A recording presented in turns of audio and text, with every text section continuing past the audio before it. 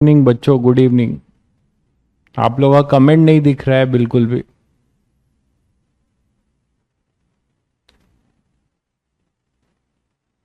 Hello.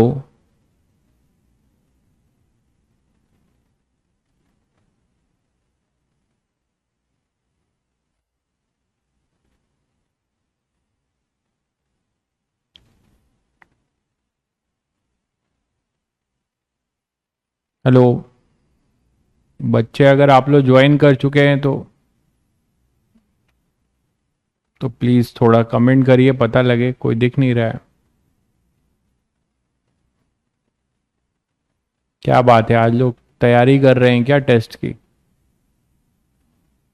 आकाश, Gargi, good evening.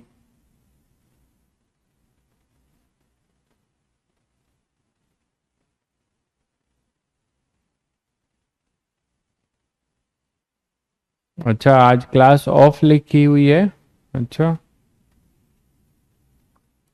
इसीलिए बच्चे confuse हो गए हैं। मुझे समझ में नहीं आ रहा है क्यों ऐसा हुआ है।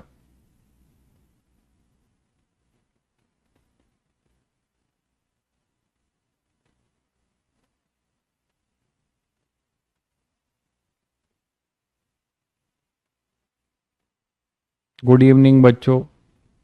यश good evening. Anish good evening.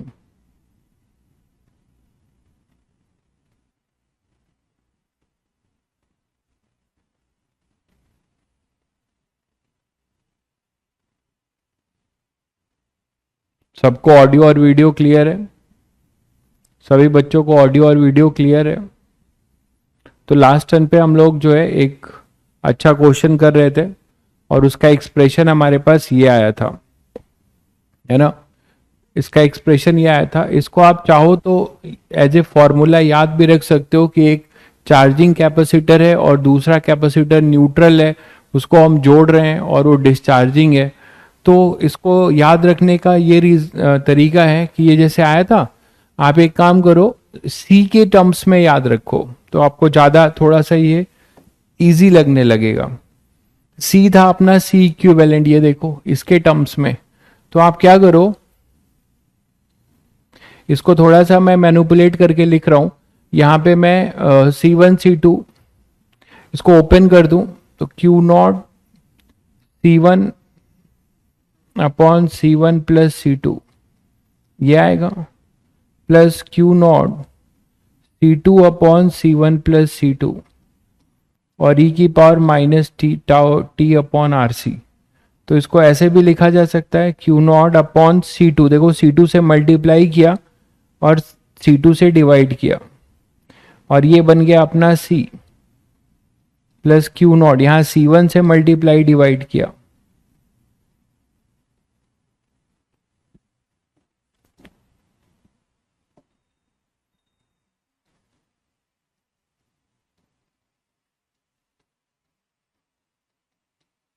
ठीक है, तो आपको यहां से देखो थोड़ा सा इजी वे में मिलता है। Q is equal to Q0, इसको आप C बोल सकते हो और इसको भी C बोल सकते हो।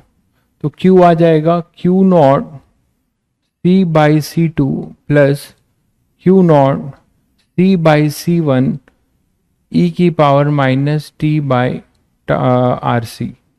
तो ऐसे आप ध्यान रख सकते हैं चार्जिंग और डिस्चार्जिंग में। ये किसके लिए था? ये किसके लिए था? ये था अपना किसके लिए? ये अपना था चार्जिंग के लिए। जो कैपेसिटर इनिशियली चार्ज था उसका फाइनल कैपेसिटर का एज ए फॉर्मूला कैसे ध्यान रखेंगे? क्यू नॉट इनिशियल चार्ज, ठीक है, Q naught is our initial charge into C equivalent, ठीक है, अपॉन में जो चार्ज डिस्चार्ज हो रहा है उसका C2। बाकी मैं कुछ याद रखने के लिए नहीं बोलता हूं, आपको बस ये पता है। इसमें थोड़ा सा एक जगह पे थोड़ी सी मिस्टेक हो गई थी, वो केवीएल का साइन में। यहां देखो, यहां पे आपको थोड़ा ये पोलरिटी अलग होगा, है ना, नहीं तो इधर माइनस इधर प्लस है ना, तो इधर आपको प्लस क्यू करना होगा, इधर माइनस क्यू। नहीं तो इधर माइनस था तो यहां माइनस देते। तो अब ठीक है, बाकी इक्वेशन सही है, ये जब आप करेंगे तो यही आएगा, इक्वेशन सही है। थोड़ा सा ये करेक्शन था।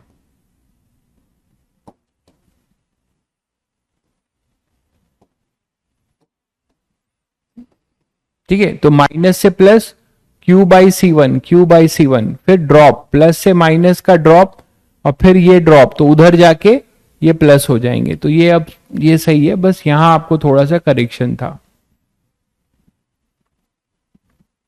ठीक है, चलिए, तो ये आपने देखा। अच्छा ये बताओ कि इसमें आप Q2, ये तो आपने अभी Q निकाला, जो चार्ज हो रहा है, जो कैपेसिटर चार्ज हो रहा है, ठीक है।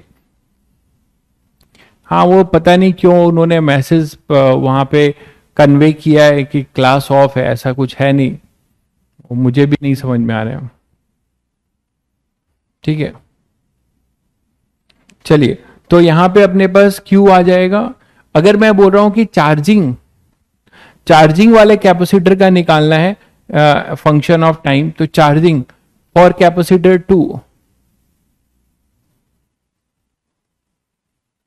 उसके लिए भी निकाल ही सकते थे। क्या हो जाएगा, Q माइनस जो as a function of time, ये आपने निकाला, देखिए ये है ना Q नॉट माइनस Q, तो Q नॉट माइनस Q कर देने का है बस, और कुछ भी नहीं है। ठीक है, कर लोगे आई थिंक।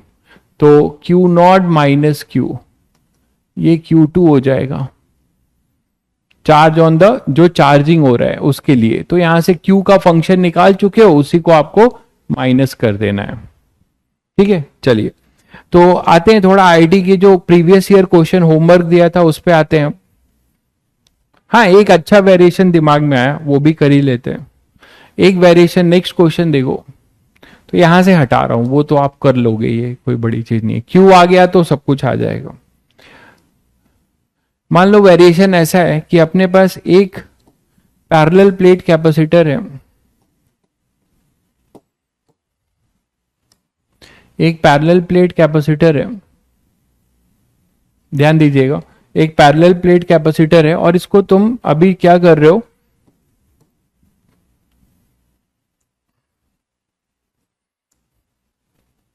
और ये एक सर्किट एक रेजिस्टेंस से जुड़ा है, बट अभी ये ओपन है।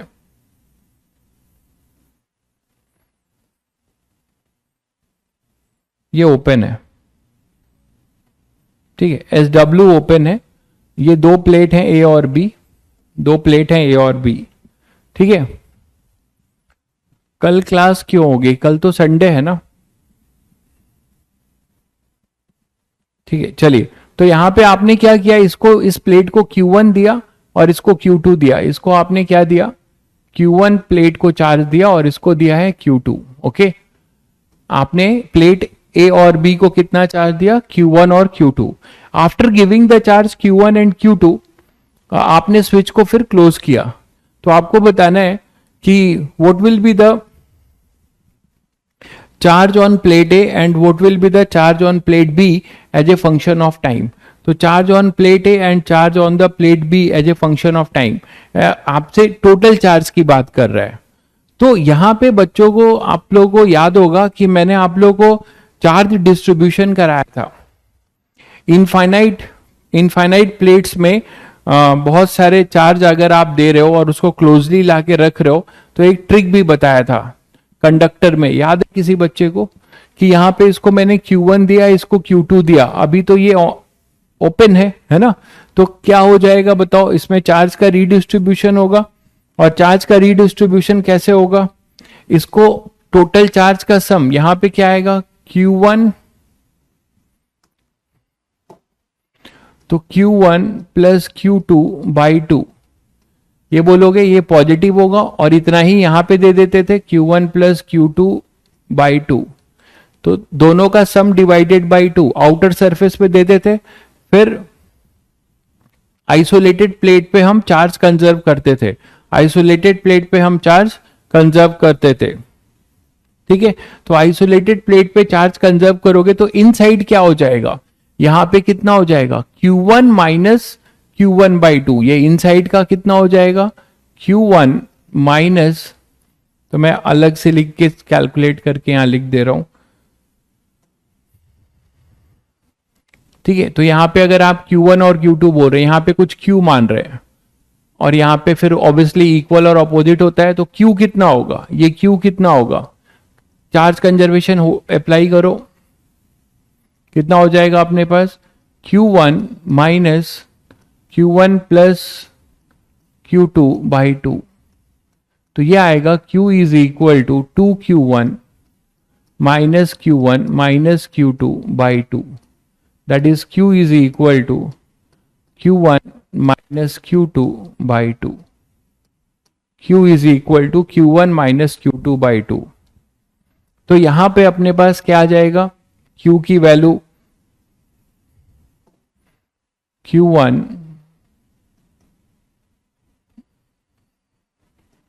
माइनस Q2 बाई 2, ठीक है। और ये उतना माइनस टाइम्स होगा, तो इसका माइनस टाइम्स कर दो, तो ये हो जाएगा अपना minus of Q1 minus Q2 by 2।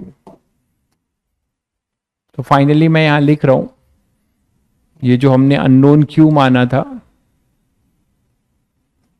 और यहां माइनस Q, तो इसकी वैल्यू लिख रहा हूं। इसकी वैल्यू यहां पर कितनी है, Q1 माइनस Q2 बाई 2, और ये है minus Q1 minus Q2 by 2। बोलो भाई, तो अब इस तरीके से चार्ज डिस्ट्रीब्यूशन हो चुका होगा। ये मेरे एंड से कुछ भी नहीं है भाई, क्लास ऑफ का मैसेज क्यों आया है आई डोंट नो, ठीक है, मुझे आपके थ्रू अभी पता चला है। अगर क्लास ऑफ होता तो मैं यहाँ क्यों खड़ा होता, ठीक है। तो आई डोंट नो, कुछ हो चुका होगा मिस, गलती से भाई किसी और की क्लास होनी है, मैसेज गलत चला गया होगा, हो जाता है कभी कभी। तो ये Q1 आ गया। अब आप इसको क्या करोगे, डिस्चार्ज, और सॉरी स्विच को क्लोज करोगे। तो यहां जो इंटरेस्टिंग चीज है इस पूरे क्वेश्चन में, इंटरेस्टिंग चीज क्या है, इंटरेस्टिंग चीज ये है कि आपको अब ये समझना है कि यहां डिस्चार्जिंग कैसे होगी, डिस्चार्जिंग किस प्लेट की होगी। यहां तो चार है, एक चार्ज है आउटर के और दो इनर के। तो टाइम के साथ जब डिस्चार्जिंग होगी तो कौन सा चार्ज घटेगा, जरा कमेंट करके बताओ आप लोग, ठीक है, कौन सा घटेगा। नहीं, 11th क्लास में भी सेम मैसेज गया था, जबकि क्लास 11 की भी थी, आई डोंट नो, छोड़ो वो सब, देखते हैं अभी, पढ़ाई कर लो। तो मैं आपसे ये अच्छा क्वेश्चन कर रहे हैं हम लोग कि ये बताइए कि जब इसको आप स्विच को क्लोज कर दोगे तो टाइम के साथ कौन से प्लेट तो दो ही हैं, एक इनसाइड एक आउटसाइड, इनसाइड आउटसाइड, तो which charges will decay as a function of time. कोई सोचकर बता सकता है, कोई बच्चा जल्दी से कमेंट करिए कि विच प्लेट, ये चार्ज कौन से, क्या सभी चार्जेस टाइम के साथ वेरी करेंगे, जल्दी बताइए। तो आपसे यही क्वेश्चन क्या है, यही पूछा जा रहा है कि फाइंड, मैं यहां लिख देता हूं, क्वेश्चन तो लिखा ही नहीं था initially, SW is open and plate A and B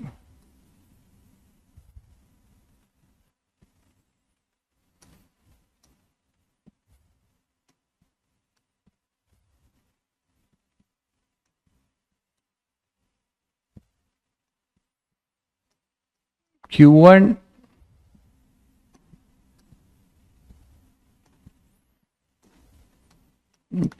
and Q2 be the charges given to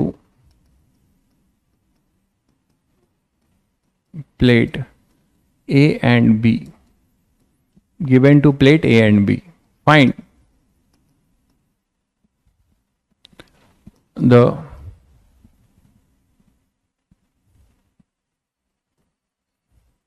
charge on plate A and B as a function of time, as a function of time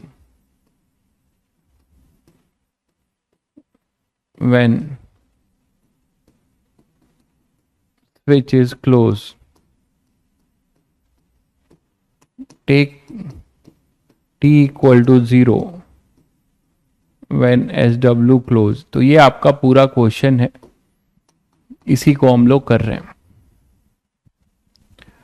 all inside and outside charges, देखिए केवल inside के charges जो है आपके जो है DK होंगे, outside के कुछ नहीं होगा, क्योंकि जैसे ही आप इसको क्लोज करोगे आउटसाइड के चार्जेस कांस्टेंट रहेंगे। रीजन बिहाइंड, आप एनर्जी के टर्म्स में सोच सकते हो, आप लोगों को बताया गया था कि एनर्जी जो कैपेसिटर में कन्फाइंड होगी वो इनसाइड होगी।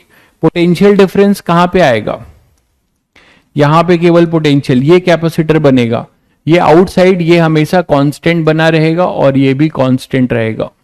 ठीक है, जो भी एनर्जी आपकी डीके हुई है वो इधर की डीके हुई है, जो भी एनर्जी इसमें स्टोर्ड है वो आपकी हीट में डिसिपिएट होगी।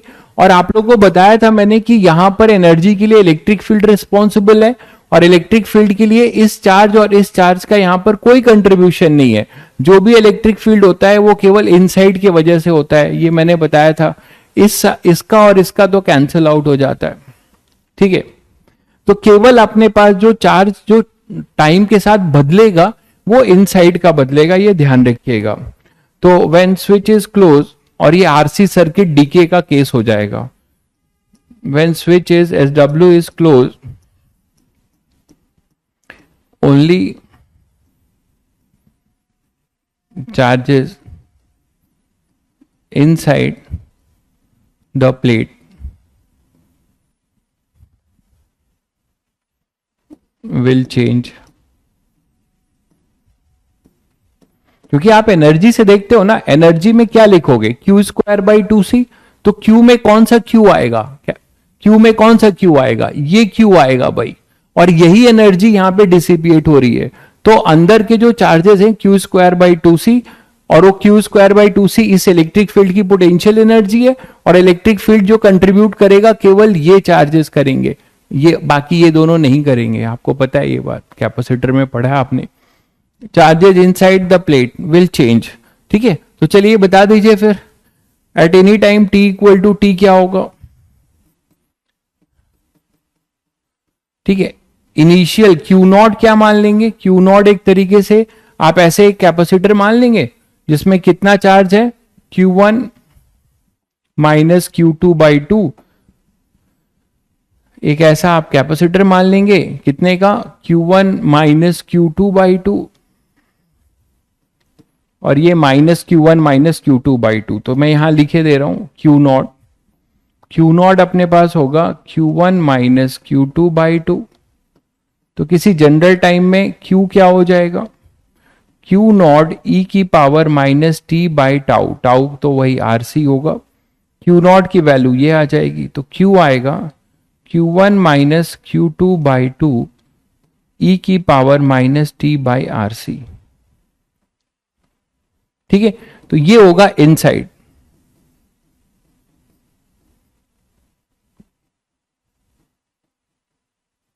ये इनसाइड का है। तो टोटल क्या हो जाएगा, Q टोटल क्या हो जाएगा प्लेट में as a function of time, ये तो कांस्टेंट बना रहेगा।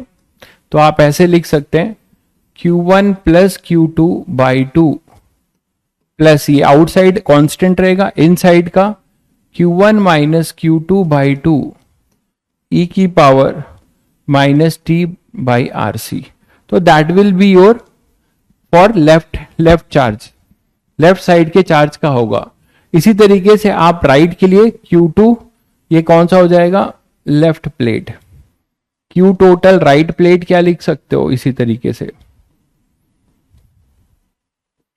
वहां पे क्या होगा, ये भी वही रहेगा, यहां माइनस हो जाएगा क्योंकि ये इनसाइड लेफ्ट प्लेट का पॉजिटिव होगा तो आउटसाइड का नेगेटिव होगा। तो ये लिखोगे Q1 plus Q2/2 minus Q1 minus Q2/2 e की पावर माइनस T/RC। तो ये हो जाएगा इसका। ठीक है, तो इस तरीके से आपसे क्वेश्चन बन सकता है ये। तो ये एक अच्छा क्वेश्चन बन सकता है कि आइसोलेटेड प्लेट्स को चार्ज दिया, फिर वो डिस्ट्रीब्यूट हुए, फिर आपने इसको स्विचिंग की तो यहाँ पे डीके हुआ। तो मैं ये ध्यान रखना है, ये सब तो आप कर लोगे, डिस्ट्रीब्यूशन का रूल सबको पता है।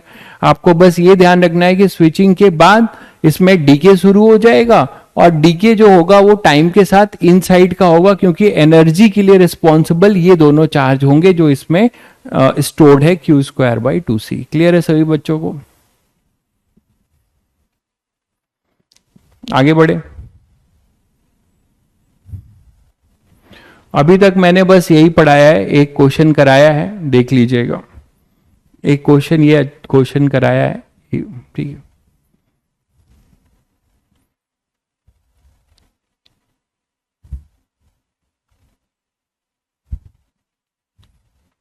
जैसे एक क्वेश्चन ये था,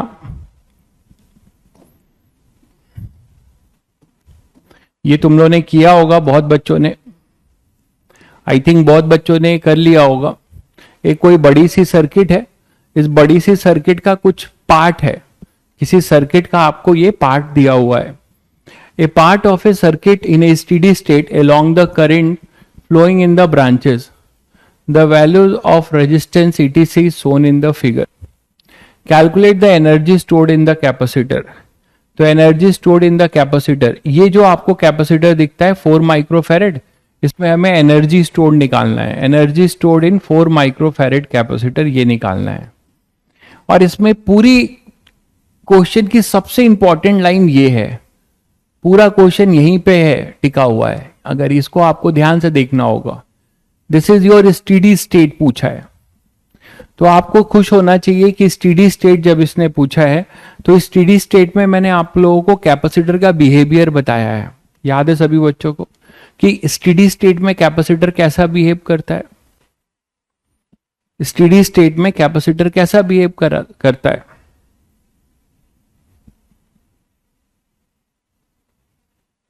बताओ भाई।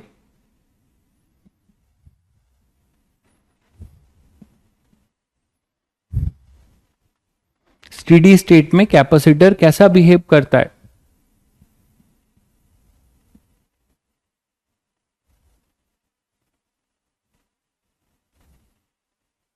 स्टेडी स्टेट का मतलब बताया था आप लोगों को, मतलब फुली चार्ज। तो एक बार जब वो फुली चार्ज होगा, और कब होता है? वेरी लॉन्ग टाइम में। तो एक बार जब वो फुली चार्ज हो जाएगा तो it will behave as a open circuit. It will behave as a open circuit. याद है सभी को? तो सबसे पहले यहाँ पे आप ध्यान से देखिए, ये जो सर्किट दिया हुआ है इसमें कहीं ना कहीं करंट्स कुछ मेंशन है। तो पहले तो ये हमें ध्यान दें कि स्टेडी स्टेट में it will behave as a open circuit. आप इसको ओपन कर लोगे, it will behave as a open circuit at steady state.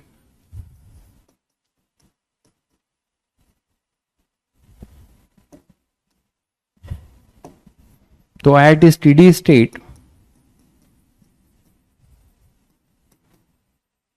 Capacitor behave as a open circuit, मतलब चार्जिंग नहीं होगी उससे। बिहेव, एक बार उस पर फुली चार्ज हो चुका होगा, इसमें कुछ पोटेंशियल आ चुका होगा, यहां ऑब्वियसली वो क्यू मैक्स आ चुका होगा, और ये ओपन सर्किट की तरह काम करेगा। अब इसमें कैपेसिटर नहीं जाएगा। तो अब क्या होगा, देखिए कि करंट देखें कहां से कहां फिर फ्लो करेगा। अगर इसमें करंट नहीं जाएगा, यहां पे करंट जीरो हो जाएगा, इस ब्रांच में करंट जीरो होगा। It will behave as a open circuit. ठीक है, तो अब आप यहां से करंट अगर 2 एम्पेयर का है और इधर 1 एम्पेयर आ रहा है, तो जंक्शन रूल लगाओ, यहां कितना चला जाएगा? इधर तो करंट जीरो जाना है, 2 एम्पेयर ये आ रहा है, ये 1 एम्पेयर आ रहा है इधर, और ये 2 एम्पेयर इधर आ रहा है। इसको इधर जाना नहीं है, तो दोनों मिलकर यहां क्या हो जाएगा? 3 एम्पेयर। तो यहां 3 एम्पेयर होगा, तो यहां भी 3 एम्पेयर होगा। अब आपको देखो यहां फिर एक हिंट देता है कि 1 एम्पेयर का करंट इस ब्रांच में जा रहा है, 2 एम्पेयर का करंट इस ब्रांच में जा रहा है, और इधर से 3 आ रहा है। तो क्या करने वाले हो? इधर करंट जाना नहीं है। अब ये 3 एम्पेयर इस तरीके से डिस्ट्रीब्यूट होगा, ध्यान दीजिएगा, 3 एम्पेयर इस तरीके से यहां डिस्ट्रीब्यूट होगा कि यहां 1 एम्पेयर हर जगह जंक्शन रूल मतलब जस्टिफाइड हो जाए, वैसे आपको सोचना है। तो ये 1 एम्पेयर है, इधर 2 जा रहा है, और इधर 3 आ रहा है, तो इसका मतलब इधर 1 चला गया होगा, सॉरी इधर 1 आया होगा, है ना, 3 का, और इधर 2 चला गया होगा। आप बोलो ये कैसे पता चला? ये ऐसे पता चला कि यहां पे फाइनली इस जंक्शन से 2 एम्पेयर बाहर जा रहा है, तो इधर से 1 आया होगा, इधर से 1 अंदर आ रहा है, तो इधर से भी 1 आया होगा, तो ये 2 आया होगा, क्योंकि इधर से करंट आ नहीं सकता, ये तो ये पूरा ओपन सर्किट है। ये ओपन सर्किट हो चुका है, समझ गए होंगे। तो आपके पास इधर 3 है तो इधर 1 गया तो इधर 2 गया। तो ये आपने इस तरीके से ये समझकर आपने सभी ब्रांचेस में क्या निकाल लिया, करंट निकाल लिया। अब आपसे पूछा जा रहा है कैलकुलेट द एनर्जी स्टोर्ड। तो इसमें एनर्जी स्टोर तभी निकाल पाओगे जब इसका आपको क्या मिल जाए, कैपेसिटेंस दिया है, इस एंड के अबाउट पोटेंशियल डिफरेंस मिल जाए स्टेडी स्टेट का। इसमें मैक्सिमम चार्ज होगा, है ना। तो इसमें हम क्या लिख सकते हैं कि V A minus V B हमें मिल जाए पोटेंशियल डिफरेंस। तो हाफ सी वी स्क्वायर कर सकते हैं। Potential difference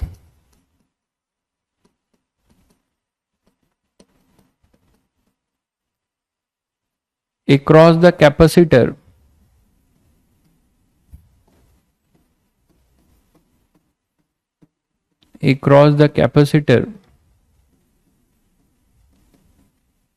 at steady state,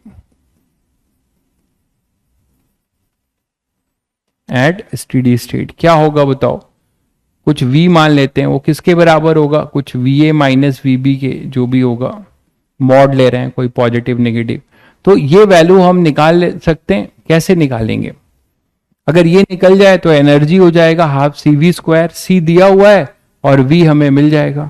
इसको निकालने का बहुत आसान तरीका है। इसको मैंने ए माना है, इसको बी माना है, यही बी है अपना।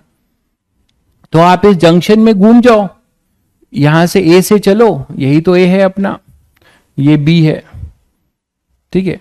तो ए से चलो, यहां पर आओ, यहां पर आओ, यहां पर आ जाओ, तो बी मिल जाएगा। और सभी रेजिस्टेंस में करंट आपको पता है, तो यहां से चलना शुरू करो। एक नोड से आप दूसरे नोड पे चल रहे हो, तो जिस नोड से चलते हैं उसका पोटेंशियल कुछ मान लेंगे वी ए। तो वी ए, फिर आगे बढ़े, यहां पे 3 एम्पेयर और ये 5 का ड्रॉप, तो -5 इंटू 3 का ड्रॉप, और फिर 1 इंटू 3 का ड्रॉप, तो -1 इंटू 3 का ड्रॉप, और फिर यहां आए तो 1 इंटू 2 का ड्रॉप, तो -1 इंटू 2। कहां पहुंच गए, बी पे, तो equal to V B. Node से नोड में ऐसे ही लिखते हैं, नोड से नोड में इसी तरीके से पोटेंशियल लिखते हैं। क्लियर है सभी को। चलिए, तो अब आप यहां से V A minus V B निकाल सकते हो। V A minus V B हमारे पास क्या आ रहा है, 15, 18 और ये 2 20, ठीक है। तो 20 वोल्ट आ रहा है, चेक करिए। 15 प्लस 3 18 प्लस 2 20, तो V A minus V B is our 20 volt. अब हमें, ठीक है, अब हमारे पास जो है V A minus V B मिल चुका है। अब V A minus V B हमें मिल चुका है, तो हम इजिली इसके क्रॉस का पोटेंशियल डिफरेंस पता है। तो अगर कभी आपसे चार्ज भी पूछता, स्टेडी स्टेट में मैक्सिमम चार्ज कितना स्टोर्ड हुआ है, वो भी बता सकते थे। Q naught equal to C V, तो सी है 4 माइक्रोफेरेड, पोटेंशियल है 20, तो आपको टोटल चार्ज मिल जाता। आपसे एनर्जी पूछा था, तो एनर्जी आप बता सकते हो, एनर्जी एट स्टेडी स्टेट क्या हो जाएगा, हाफ कैपेसिटेंस है सी वी स्क्वायर कर दे रहा हूं, ठीक है, हाफ सी वी स्क्वायर। तो सी वी स्क्वायर अपने पास हो जाएगा कितना, U is equal to half capacitance है 4 इंटू 10 की पावर -6 इंटू ये है 20 स्क्वायर।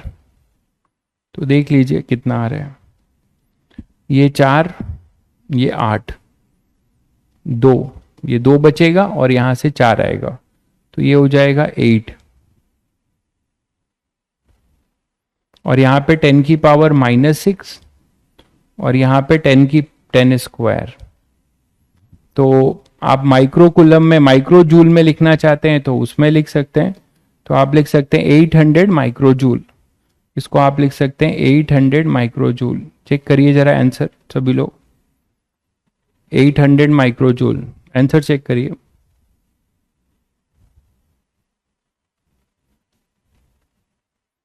आंसर चेक करिए, आप लोग का मैच कर रहा है। एनर्जी स्टोर्ड ही पूछा गया था इसमें। क्लियर है सभी बच्चों को।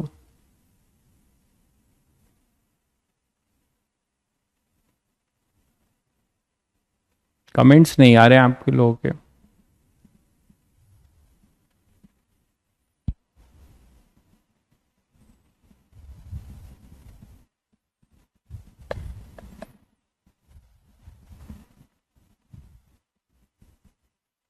ठीक है, चलिए आगे बढ़ते हैं।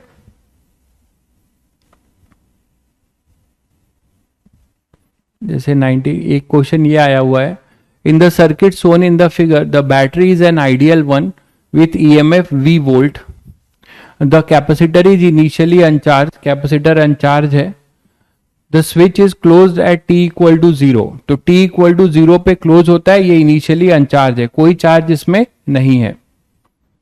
पूछा जा रहा है find the charge Q on the capacitor as a function of time, तो यहां पे हमें निकालना है Q as a function of time, और फिर बोल रहा है find the current in AB, ये A है, ये नहीं लिखा हुआ है, ये A है, तो current in AB as a function of time, तो IAB भी निकालना है हमें as a function of time.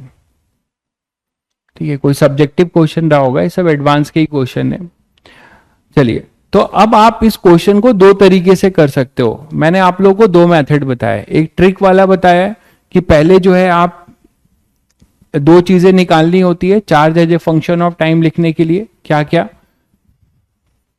Q is equal to, ये इसी फॉर्म का होगा, Q नॉट, चार्जिंग का केस है, देखिए चार्जिंग का केस है तो 1 माइनस ई की power minus T by tau, इसी फॉर्म का होगा चार्ज, इसमें इसी फॉर्म का चार्ज होगा।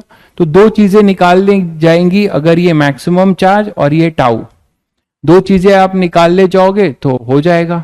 तो एक तो बेसिक मेथड है जो केवीएल से आप कर सकते हो, और एक मैंने ट्रिक मेथड बताया था, तो ट्रिक वाले को करते हैं। उसमें हम क्या करेंगे, पहले टाउ निकालते हैं, टाउ हो जाएगा आर इक्विवेलेंट इनटू सी, याद है सभी बच्चों को कैसे निकालते थे, तो टाउ आर इक्विवेलेंट पहले निकाला जाए। आर इक्विवेलेंट निकालने के लिए क्या सिखाया था कि जिस कैपेसिटर के अक्रॉस आपको टाइम कांस्टेंट निकालना है, जिस कैपेसिटर का टाइम कांस्टेंट निकालना है उसके क्रॉस क्या करो, आर इक्विवेलेंट निकाल लो, और उसमें कहीं पे भी अगर आपको कोई बैटरी नजर आती है तो उसको क्या कर दो, शॉर्ट कर दो। तो कैसे करोगे, ये बैटरी शॉर्ट हो जाएगी, यहां एक रेजिस्टेंस होगा, एक यहां रेजिस्टेंस होगा, एक यहां रेजिस्टेंस होगा, ठीक। तो इसके अबाउट हम आर इक्विवेलेंट निकाल लेंगे, बहुत इजी सर्किट है, ये दोनों पैरेलल, तो आर और आर पैरेलल में R by two, R by two के साथ आर सीरीज में, तो आर इक्विवेलेंट दिख ही रहा है सभी को, कितना आ जाएगा 3R बाई टू, इसमें किसी को कोई डाउट, आर और आर पैरेलल में आर बाई टू, उसके साथ ये सीरीज में आर, तो ये हो जाएगा अपने पास 3R बाई टू, ये क्लियर है सभी को। चलो, तो आपने टाउ निकाल लिया, टाउ कितना आ गया 3R by two C, this is your tau. Now the second one is our maximum charge at the steady state. Second one is our maximum charge at the time of steady state. तो steady state का charge कैसे निकालेंगे, steady state में आपको पता है कि capacitor will behave as a open circuit, तो at steady state, next slide ले लें क्या, नेक्स्ट ले लेते, तो एट स्टेडी स्टेट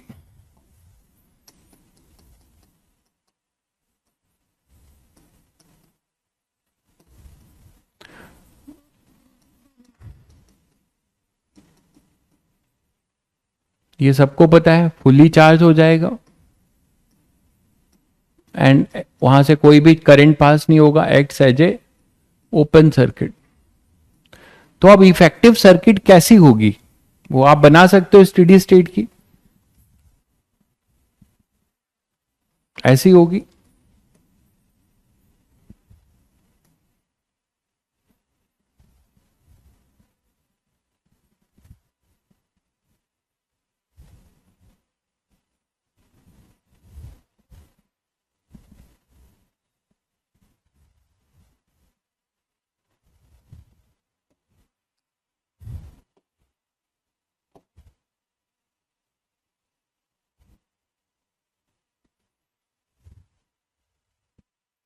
ये कैपेसिटर था यहां पर, आप लोग देख रहे होगे, ये ओपन सर्किट की तरह बिहेव करेगा, है ना।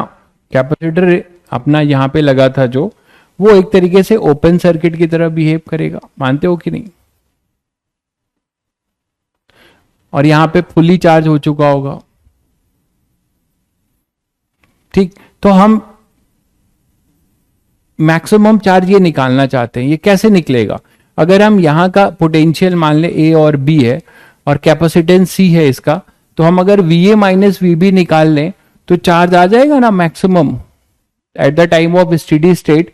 ठीक है, वीए माइनस, इंस्ट्रूमेंट आपका मंडे, मतलब मंडे तो आपकी क्लास नहीं होती, ट्यूसडे से शुरू होगा, और ट्यूसडे वेडनेसडे हार्डली थर्सडे शायद लगे, 3 दिन लगेगा, क्वेश्चंस भी प्रैक्टिस करेंगे। तो थर्सडे को इंस्ट्रूमेंट खत्म हो जाएगा, मैग्नेटिज्म आपका शुरू हो जाएगा फ्राइडे को।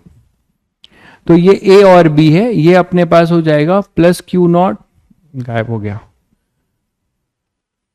प्लस क्यू नॉट और माइनस क्यू नॉट। तो मेरा आपसे ये कहना है कि अगर ये ए बी के क्रॉस का हम पोटेंशियल डिफरेंस निकाल लें तो आ जाएगा। तो अब बहुत आसान है, इफेक्टिव सर्किट बचेगी क्या हमारे पास? स्टेडी स्टेट में इफेक्टिव सर्किट क्या बची? इधर तो करंट जाने से रहा, क्योंकि ये इसको फुली चार्ज हो चुका होगा, तो ये ओपन सर्किट की तरह बिहेव करेगा। तो यहां से आप स्टेडी स्टेट करंट निकाल लो सर्किट का, ये आई ऐसे जाएगा और ऐसे चला जाएगा, घूम जाएगा, यहां पे कोई करंट नहीं जाएगा क्योंकि ये ओपन सर्किट है। आई अपना क्या है? Current in the circuit at steady state.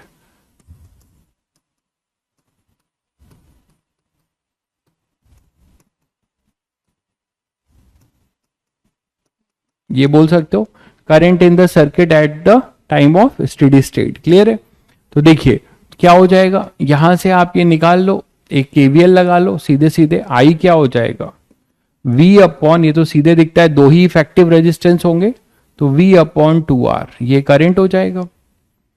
Next interesting चीज ये है कि अगर मैं इसे A1 B1 बोल रहा हूं, तो क्या हम बोल सकते हैं कि जो VAB होगा that is equal to VA1 B1? ये समझ पा रहे हैं आप लोग?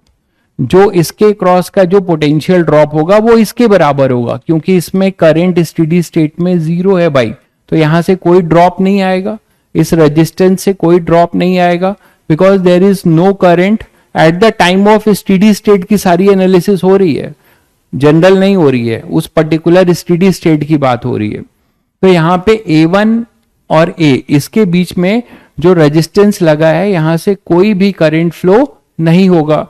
तो इसका मतलब जो ड्रॉप इस रेजिस्टेंस के क्रॉस होगा वही यहां का ड्रॉप होगा, है ना? तो यहां का ड्रॉप आप इजिली निकाल सकते हो। VAB अब आप क्या लिख सकते हो? That is equal to VA1 B1, और VA1 B1 होगा I इंटू R।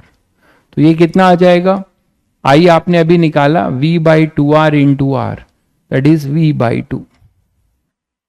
तो इसके क्रॉस का जो ड्रॉप हो जाएगा वो V/2 हो जाएगा eight the time of steady state. तो हमें Q नॉट भी मिलने वाला है। Q नॉट क्या हो जाएगा?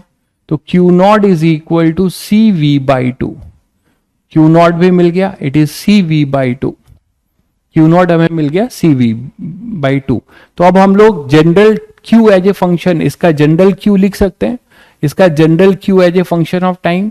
हमें पता है Q नॉट चार्जिंग का केस था, तो ये फॉर्म आएगा। तो हमें Q नॉट निकाल लिया, Q नॉट है CV/2, 1 माइनस E की power minus T by tau, भी अभी हमने निकाला था, स्टेडी स्टेट में टाउ निकाला था।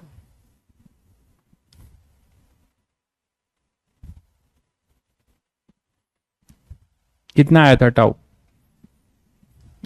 ये रहा, ये टाउ निकाला हुआ है 3RC/2, तो ये हो जाएगा अपने पास 3RC/2।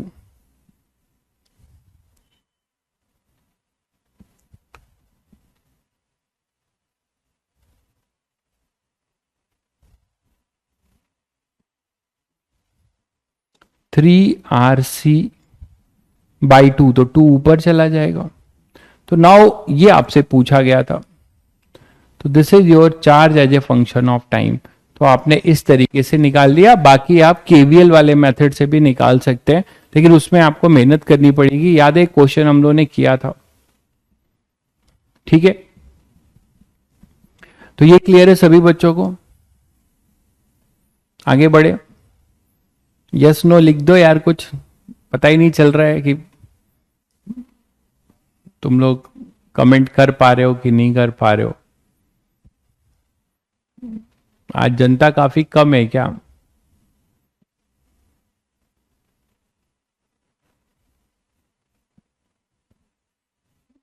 हाँ, आरसी सर्किट से इंडिपेंडेंट है भाई इंस्ट्रूमेंट। हम्म।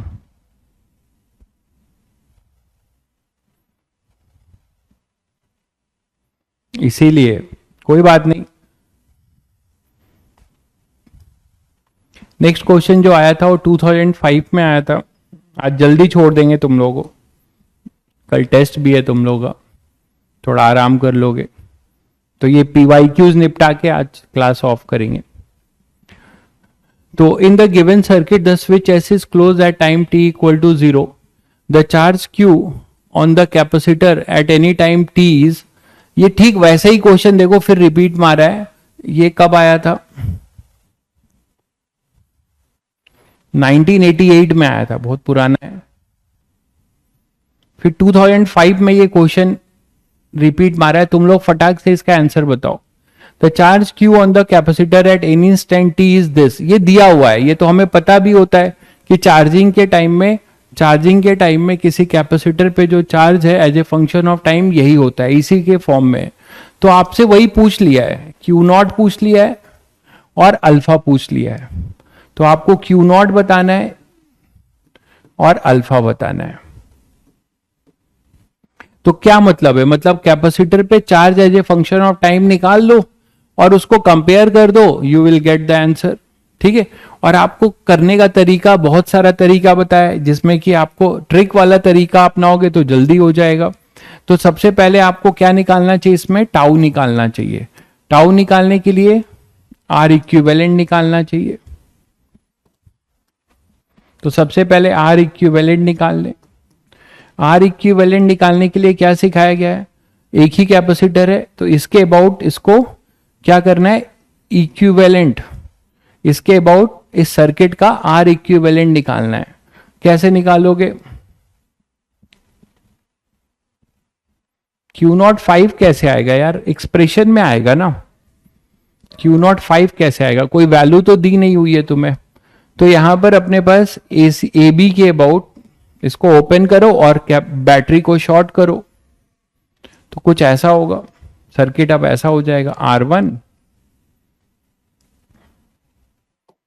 और ध्यान रखना तुम्हें ए बी के अबाउट इक्विवेलेंट निकालना है। बहुत लोग ये जल्दी में गलती कर देंगे, सीरीज ले लेंगे, जबकि सभी को पता है कि यहां ए बी के अबाउट चाहिए। तो ऐसा होगा R2, ये ए बी है, इसके अबाउट चाहिए। तो मतलब इनडायरेक्ट वे में बताया कि आप बैटरी लगा लिया करो तो आपको कभी गलती नहीं होगी। तो ये दोनों आपको दिखने लगेगा कि ये दोनों पैरेलल होंगे। तो आर इक्विवेलेंट ए बी वो होगा R1 R2 upon R1 plus R2। Clear है सभी बच्चों को? तो आपको ये मिल गया, तो टाउ भी मिल गया। टाउ कितना हो जाएगा? R1 R2 into C, tau equal to RC, R1 plus R2।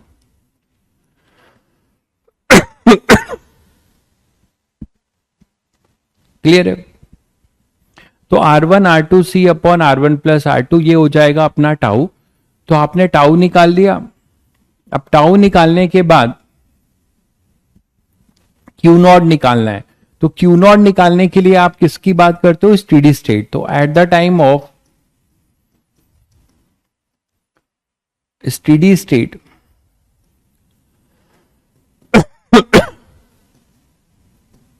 क्या सर्किट की कंडीशन होगी? ये battery, capacitor will behave as a open circuit, ये R1 और कैपेसिटर यहां पर ओपन सर्किट की तरह बिहेव करेगा। मानते हो?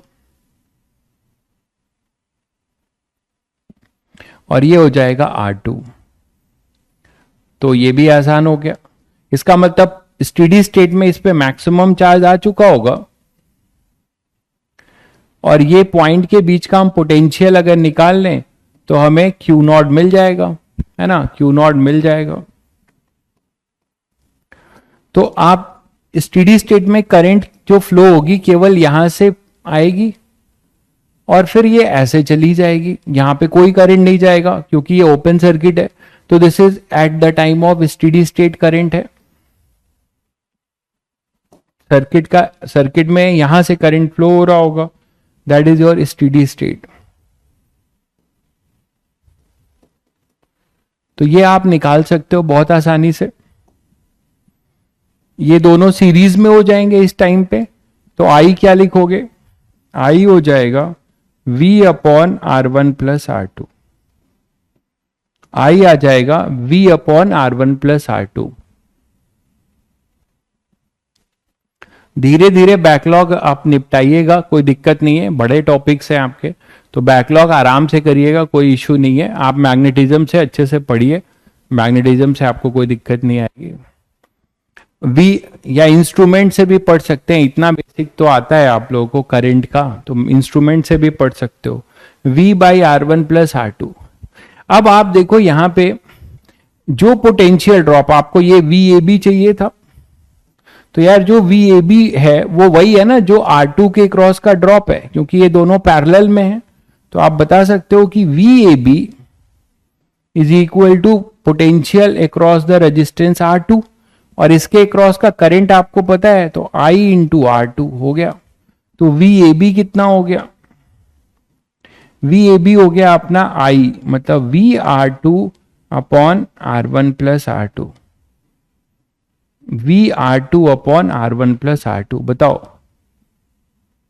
बस दोनों चीजें आ गई, VAB भी आ गया, तो अब हमें Q मिल जाएगा। तो Q नॉट क्या हो जाएगा, इसको C से बस मल्टीप्लाई करने का है, तो CVR2 upon R1 plus R2।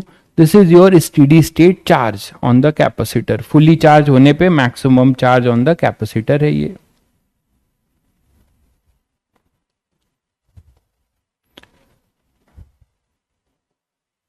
मुझे याद है मैंने ये क्वेश्चन नॉर्मल मेथड से किया था, ये मेरे टाइम का क्वेश्चन है, जब मैं जेई अपीयर किया था 2005, सब्जेक्टिव आता था तब। ये 5 नंबर दे के गया था मुझे, ठीक है, ये 5 नंबर दे के गया था, इसने सिलेक्शन में बहुत भारी योगदान दिया था मेरा। तो मैंने खैर ट्रिक से नहीं किया था, मैंने केवीएल से किया था, हमने ऐसे ही पढ़ा था, ठीक है। तो ट्रिक से नहीं किया था तो थोड़ा टाइम और लग गया था, ट्रिक से तो बहुत आसानी से हो जा रहा है। तो अब आप इजिली इसका charge as a function of time सभी बच्चे लिख ही सकते हैं। क्यू नॉट आ चुका है, ये रहा क्यू नॉट ही पूछा ही है, तो क्यू नॉट आ चुका है, मैंने स्मॉल लिख दिया है, ये कैपिटल है, मतलब क्यू नॉट यही है। क्यू नॉट आ चुका है। अल्फा पूछा था, तो माइनस अल्फा, अल्फा क्या हो जाएगा 1 अपॉन टाउ। यहां पे भी ध्यान रखना है, बहुत लोग ये गलत कर देते हैं, ये टाउ है, तो अल्फा क्या होगा, अल्फा होगा 1 अपॉन टाउ। आप कंपेयर करिए इसको, टी बाई टाउ होता है ना, तो 1 अपॉन टाउ की जगह अल्फा है, 1 अपॉन टाउ की जगह अल्फा है, तो अल्फा आ जाएगा 1 अपॉन टाउ। तो 1 अपॉन टाउ करोगे मतलब R1 plus R2 upon R1 R2 into सी, ये आंसर होगा अल्फा का। तो ये अल्फा का आंसर हो जाएगा। क्लियर है सभी बच्चों को, ठीक है। आगे बढ़े, देख लीजिए, पहले वही किया है, पहले इसको शॉर्ट कर दिया बैटरी को, और इसके क्रॉस जो है आर इक्विवेलेंट निकाल दिया, फिर टाउ से आर सी से मल्टीप्लाई कर दिया तो टाउ आ गया। फिर स्टेडी स्टेट में it will behave as a open circuit, तो इसको हम लोगों ने फिर सर्किट का करंट निकाला, हमें ये दिखा कि R2 के क्रॉस का जो ड्रॉप होगा वही कैपेसिटर के क्रॉस का ड्रॉप होगा eight the time of steady state, तो बस ये आसानी से आ गया।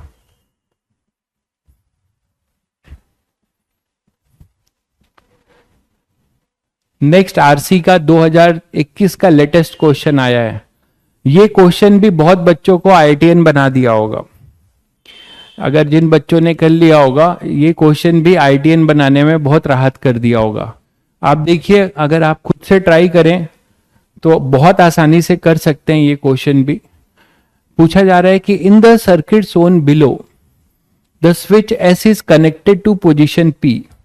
स्विच जो है पोजीशन पी पर कनेक्टेड था, इस लैंग्वेज को पढ़िए।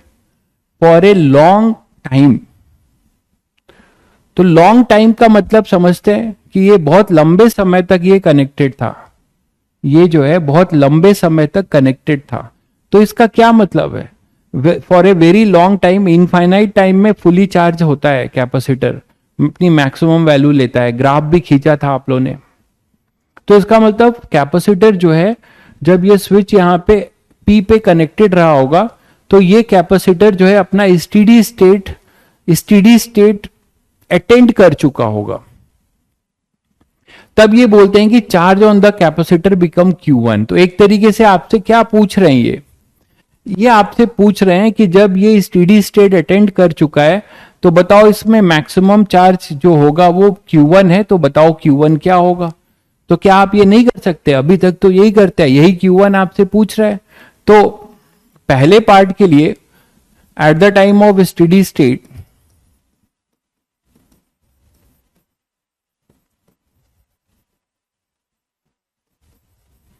Capacitor behave as a open circuit, बोल सकते हो ना।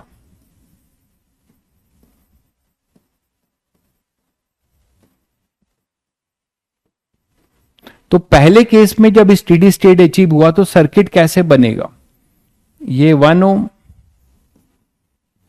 यहां पे भी ये तो ओपन सर्किट की तरह बिहेव करेगा, यहां ये ओपन हो चुका होगा, तो ये ऐसे होगा 2 ओम, और यहां पे 2 वोल्ट, और यहां पे 1 वोल्ट। देखिए ये शायद पैसेज का क्वेश्चन था, तो ये 6 नंबर का या 8 नंबर का रहा होगा, फ्री फंड का क्वेश्चन है। तो यहां पे अपने पास क्या होगा, हाँ लेकिन जिसने पढ़ा है उसके लिए। तो यहां से अब आप सर्किट में जो करंट जाएगा, मान लीजिए ये हायर पोटेंशियल है, इसी को ले लेते हैं, तो सर्किट में स्टेडी स्टेट करंट है ये,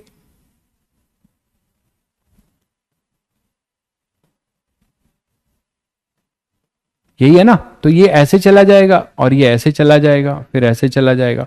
तो आई निकालना चाहते हो तो सीधे सीधे केवीएल लगा लो, या डायरेक्ट भी लिख सकते हो, ये 2 भी केवीएल लगा लो। तो क्या हो जाएगा, माइनस से प्लस 2, ये 2 और 3 सीरीज में, तो -3i, और फिर प्लस से माइनस, तो -1 इक्वल टू 0। आई आ जाएगा, आई अपने पास आएगा 1/3 एम्पेयर आ गया। आई अपने पास 1/3 एम्पेयर आ गया। तो मुझे ये बताओ, यहां का ड्रॉप लिख सकते हो? ये जो आपने पॉइंट माना है ए और ये पॉइंट माना है बी, यहां का ड्रॉप लिख सकते हो? जो ड्रॉप होगा VA माइनस VB, और उसको कैपेसिटेंस से मल्टीप्लाई कर देंगे तो हमें वो चार्ज आ जाएगा। तो ये ड्रॉप लिख सकते हो, नोड से नोड का ड्रॉप लिख दो, यहां से चलो और यहां पे पहुंच जाओ, आपको ड्रॉप मिल जाएगा। आई आपको मिल चुका है, तो क्या हो जाएगा, VB, फिर माइनस से प्लस, तो +2, और यहां पे I इंटू 2, तो -2i, मतलब into 1/3 is equal to VA। तो आपको मिल चुका है VA माइनस VB, क्या मिलेगा, 2 - 2/3, दैट इज 4/3 वोल्ट। तो 4/3 वोल्ट आ गया। तो जब ये 4/3 वोल्ट आ गया, तो इसको कैपेसिटेंस से मल्टीप्लाई करें तो आपको क्या मिल जाएगा, Q मिल जाएगा, Q0 मिल जाएगा मतलब। तो Q0 क्या हो जाएगा, Q1 बोला था ना इसने, Q1 बोला था, तो Q1 करो, तो Q1 मिल जाएगा आपको। Q1 क्या मिलेगा, C 1 है, तो 1 × 10⁻⁻6 इंटू 4/3, इंटीजर टाइप ये दिया गया होगा, और ये दिया हुआ है माइक्रोकुलम, ये माइक्रोकुलम है। तो आंसर आएगा 4/3, दैट इज 1.33 समथिंग। तो 2 में राउंड ऑफ करते हैं, 2 में राउंड ऑफ करते हैं तो 1.33 समथिंग आएगा, 1.33। तो इसमें आपको कितना टाइम लगा, ये आपको 3 नंबर दिला जाएगा। क्लियर है। Q2 कैसे निकालोगे, फिर बोला है कि ये स्विच को आप S से Q पे ले जा रहे हो। The switch S is switch to position Q। फिर आपसे खुश होना चाहिए आपको, फिर से आपको किसी इंटरमीडिएट टाइम में नहीं पूछा है, लॉन्ग टाइम में फिर से पूछ लिया है कि कैपेसिटर पे चार्ज Q2 है। लॉन्ग टाइम में आपसे फिर से पूछ लिया है कि कैपेसिटर में चार्ज Q2 है, तो फिर से आपसे Q2 पूछ लिया है। तो जब ये स्विच को आप P से Q ले जाओगे तो आपके पास सर्किट कैसा बनेगा?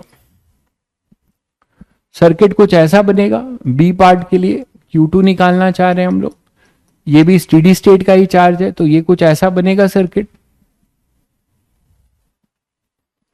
एक रेजिस्टेंस, एक बैटरी और एक कैपेसिटर, यही तो है। तो देखो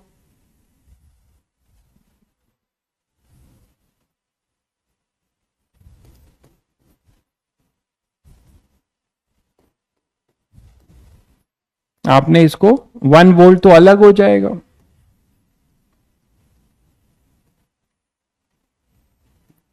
वन वोल्ट वाली बैटरी अब अलग हो जाएगी, ये सर्किट अपना रह जाएगा। ये 2 वोल्ट है, कैपेसिटर है, और 2 और 1 है।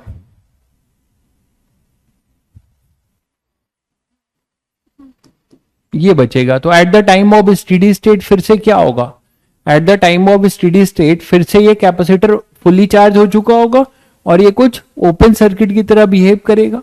मानते हो कि नहीं? तो at the time of steady state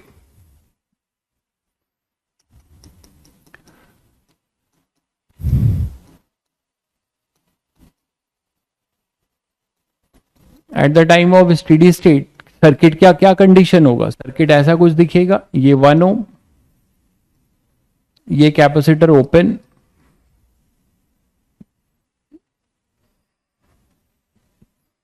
और यहां पे ये 2 ओम, और यहां पे 2 वोल्ट। तो फिर से आप इसमें स्टेडी स्टेट करंट निकाल लोगे, स्टेडी स्टेट करंट निकाल लोगे इसका।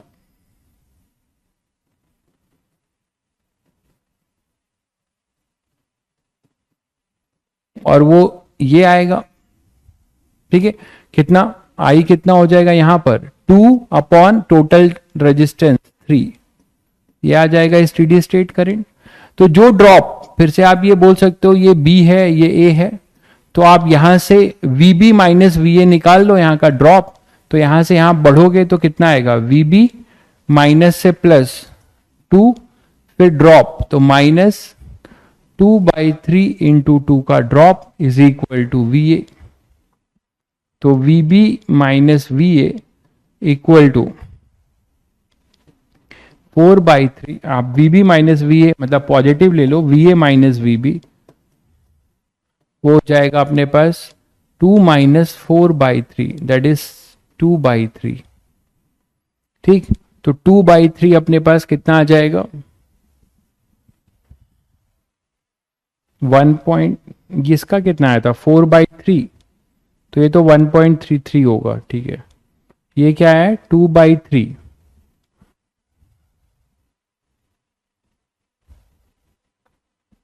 टू बाई थ्री आ रहा है ना, चेक करिए सब लोग।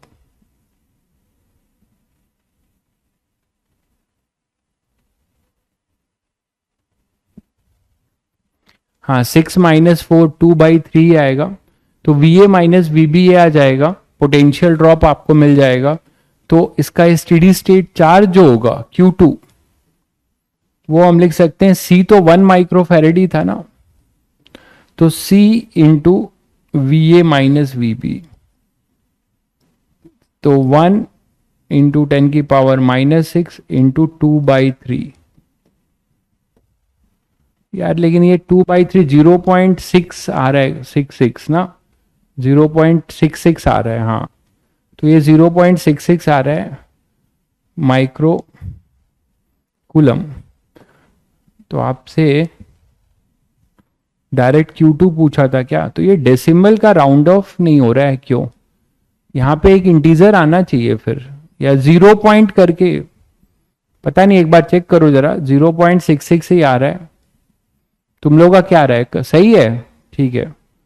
नहीं, मुझे लगा कि इंटीजर टाइप होता है ना, तो इसमें तो 0 पॉइंट डेसिमल तक इसका आंसर ऐसे ही दिया जाएगा 0.66।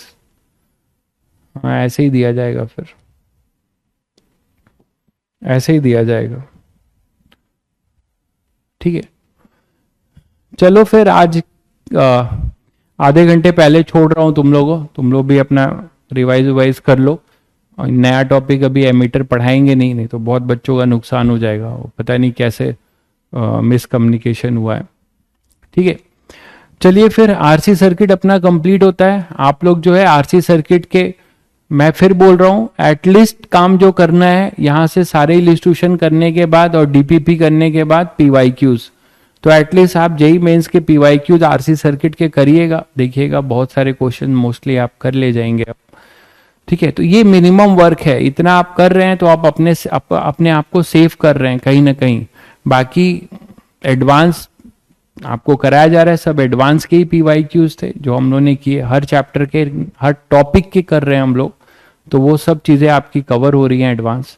आप अपने लेवल पे एडवांस की अभी नहीं कर रहे हैं तो एटलीस्ट मेंस के करते रहिए। चलिए कल टेस्ट अच्छे से दीजिए। टेस्ट में मैं फिर बोल रहा हूं, कभी भी जेई एडवांस का टेस्ट देते हैं तो सेलेक्टिव होकर टेस्ट दीजिए।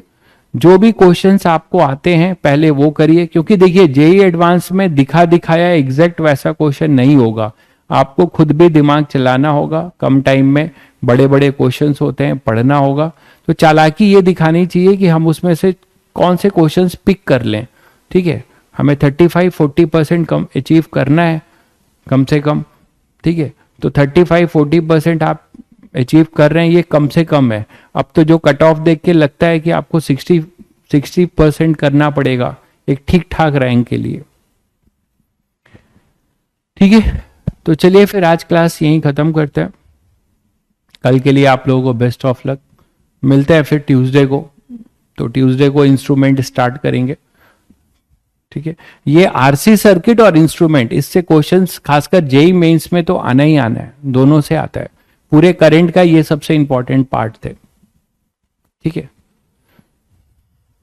चलिए फिर मिलते हैं फिर ट्यूसडे को।